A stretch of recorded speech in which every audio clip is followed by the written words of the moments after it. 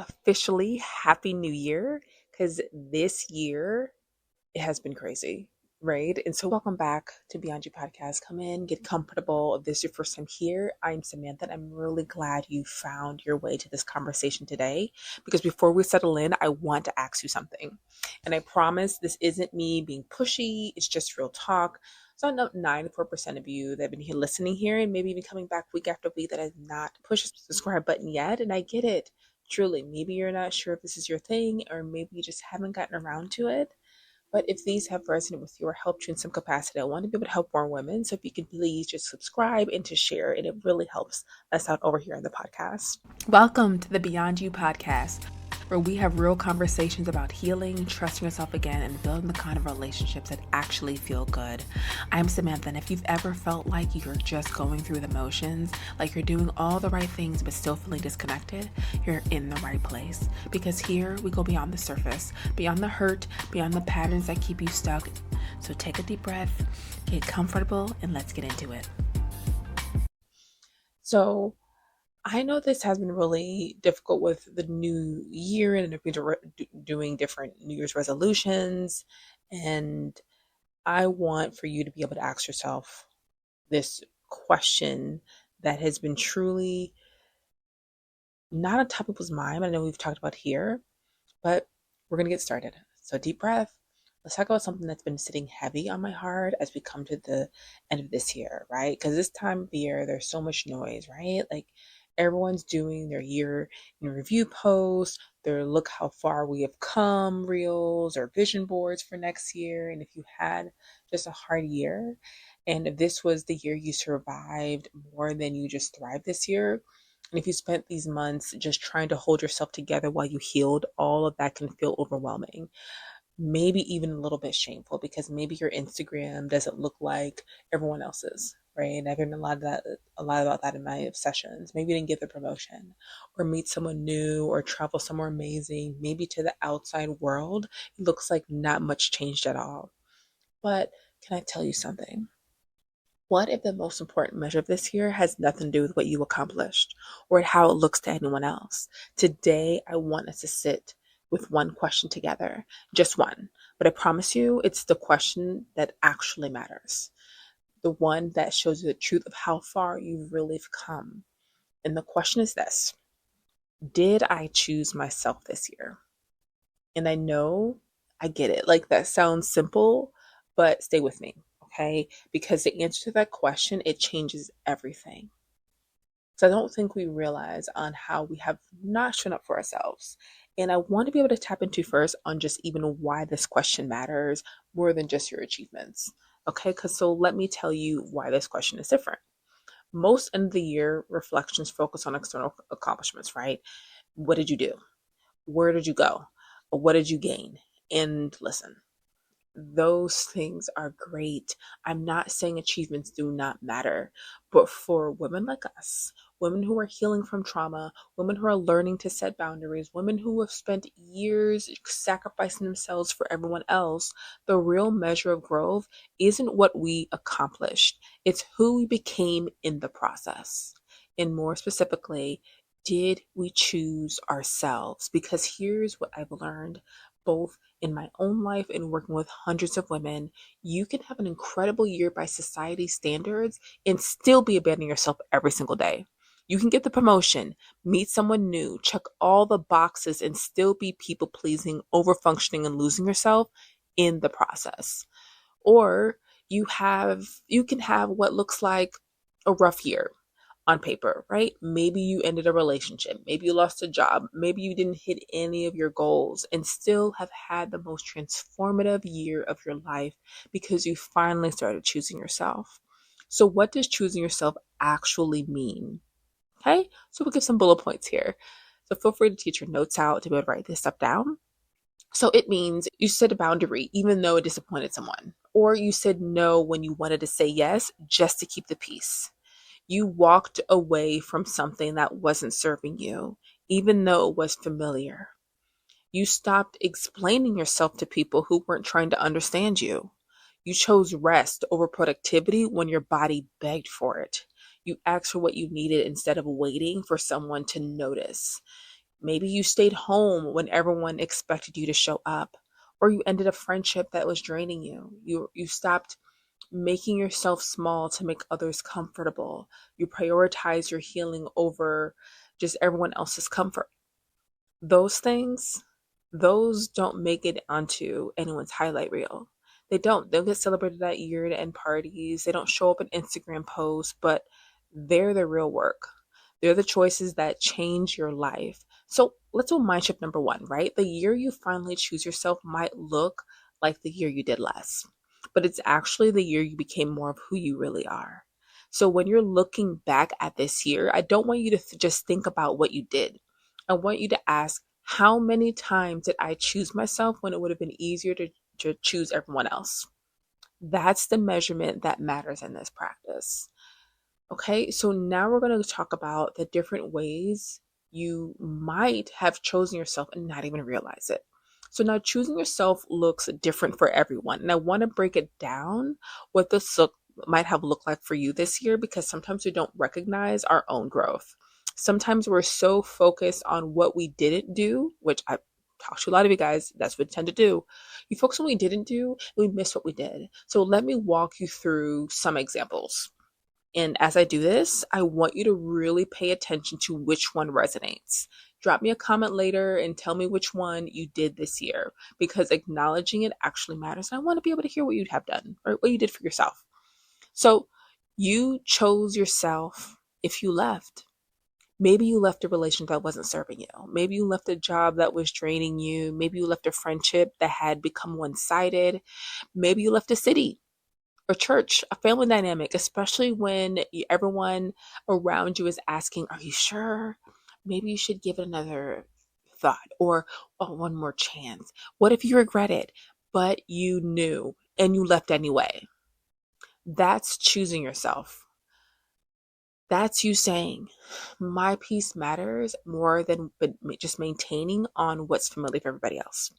You chose yourself if you set boundaries. Maybe you told your mom you can't talk on the phone every single day. Maybe you told your friend you're not available to be your therapist anymore. Maybe you told your partner what you will and won't tolerate. Maybe you stopped answering work emails after hours and people were uncomfortable. They pushed back. They called you selfish. They told you you've changed, but you held the boundary anyway. Now that is choosing yourself. That's you learning that disappointing others is sometimes necessary to stop disappointing yourself. You chose yourself. Also, if you stop performing, maybe you stop pretending you're okay when you're not. Maybe you stop showing up to every event to prove you're a good friend. Maybe you stopped forcing gratitude you don't feel. Maybe you stopped trying to be the cool girl who never has needs. You let people see you, really see you. Even in the messy, tired, still figuring it out parts. That's choosing yourself. That's authenticity over acceptance. Also, you choose yourself if you prioritize your healing.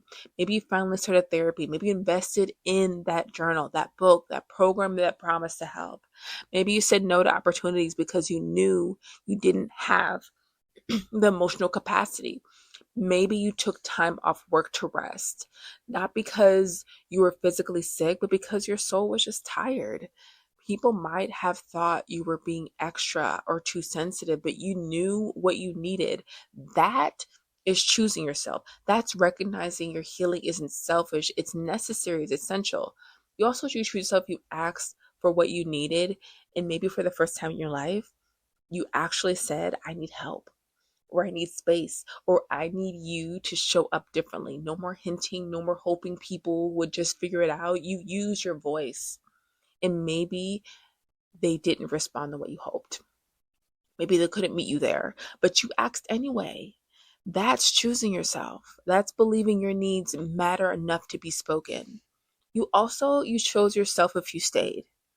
And sometimes choosing yourself means staying in therapy even though it feels uncomfortable, staying committed to your feelings, into your healing even when you want to quit, staying single even though everyone's asking when you're going to date again, staying with yourself even when loneliness feels unbearable. That's choosing yourself too. That's not giving up on your own journey just because it takes longer than you thought. But here's what I want you to hear and to know. You did any of these things this year, even once, you chose yourself, and that matters and that counts, and know that's growth. So the mindset number 2, choosing yourself doesn't always look like big dramatic changes. Sometimes it's 100 small brave choices that no one else notices but you. So what to do just with your answer, right? Like, all right, so ask your question. Did I choose myself this year? Now what? What do you do with your answer? If your answer is yes, first celebrate that. Really, I know we're not used to celebrating ourselves, especially when it comes to internal growth that nobody else can see, but you need to acknowledge what you did. Here's how to honor that. First, I want you to name it specifically. Don't just say, I grew this year, get specific. I set a boundary with my mother. I left a relationship that was hurting me. I stopped overfunctioning at work. I chose rest when I was exhausted. Write these down in your, whether you have my I Miss Me journal, in your notes app, somewhere. Because on the hard days, when you feel like you're not making progress, you need proof that you are. Number 2, I want you to notice what changed because of it.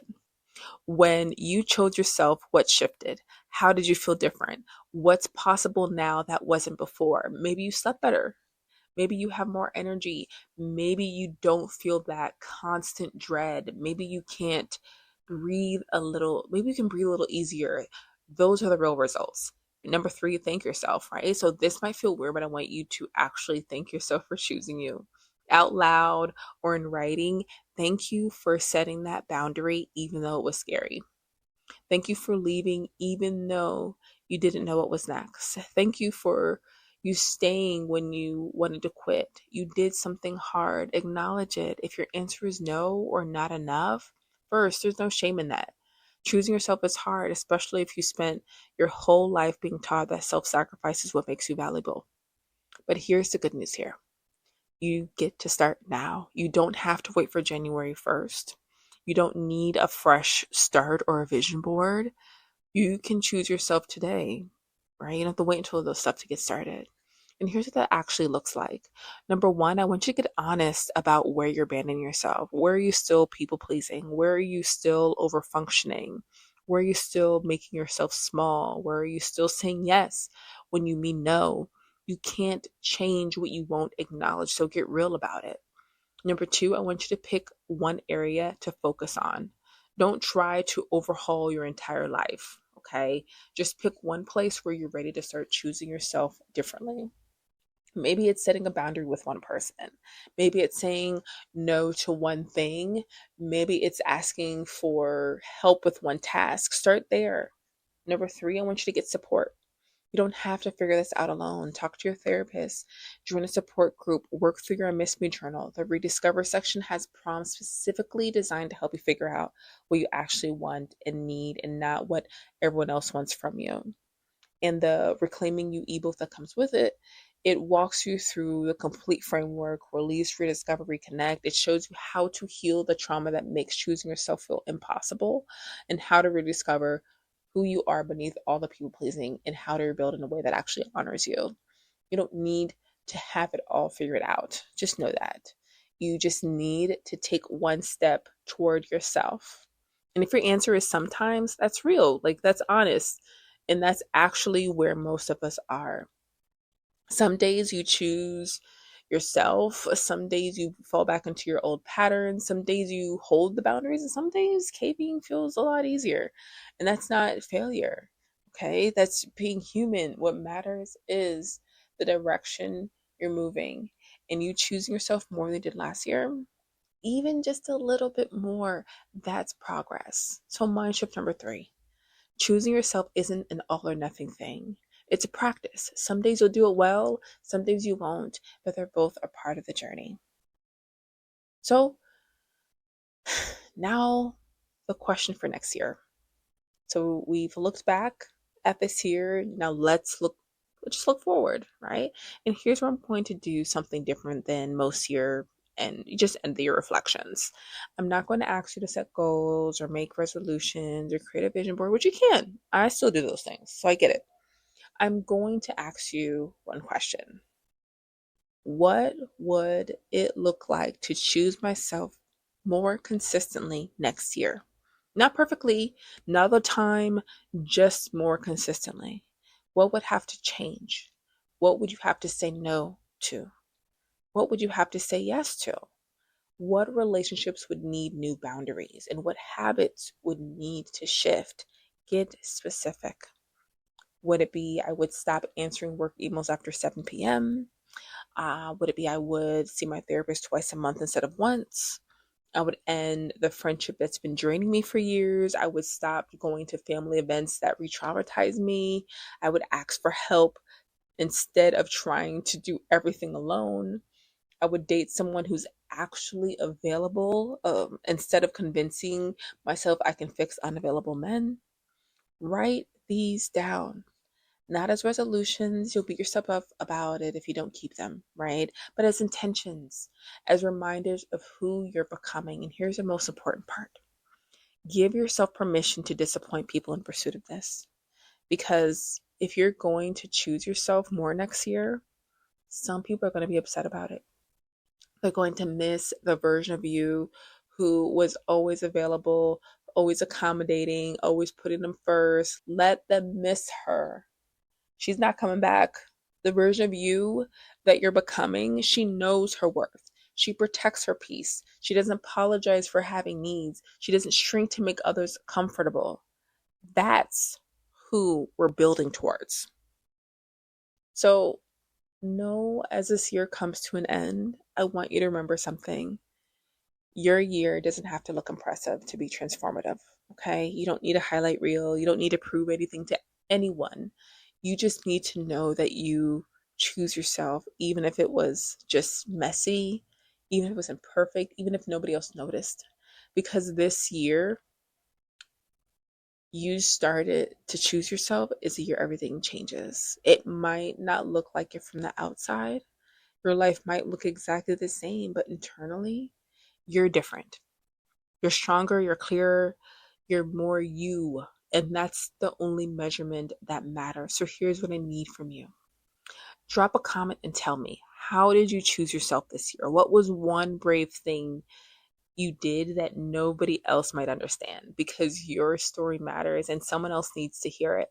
Share this episode. Send it to the friend you had a rough year but actually had a transformative one. Tag me at 𝐼'M_Samantha.A on Instagram, and let's celebrate the growth that doesn't make it onto Instagram, right? And if you haven't subscribed, this is your reminder. Hit that button so you don't miss an episode as we head into the new year. Join my email list for weekly tools, real talk about choosing yourself. Link is in the show notes. And if you're ready to make next year the year you choose yourself more consistently, of course, we have the I Miss Me Journal Reclaiming You ebook on your complete system, the roadmap, and daily tools to help you stay grounded in who you're becoming. Daily reminders that you're doing better than you think. So you can find me on Instagram at 𝐼'M_Samantha.A, on TikTok at Moving Beyond You. And as we close out this year and step into the next one, I want you to carry this with you. You don't owe anyone a version of yourself that costs you your peace. You don't have to keep shrinking to fit into spaces that were never meant to hold all of you. And you don't have to wait for permission to choose yourself. The year ahead is yours, and you get to decide what that looks like. So choose you. Choose you fiercely. Choose you consistently. Choose you even when it's hard, because you're worth choosing. Happy New Year! And let's make it the year that we finally just come home to ourselves. I'll talk to you in the next episode. Until then, please be gentle with yourself. You're doing better than you think. I'll talk to you soon.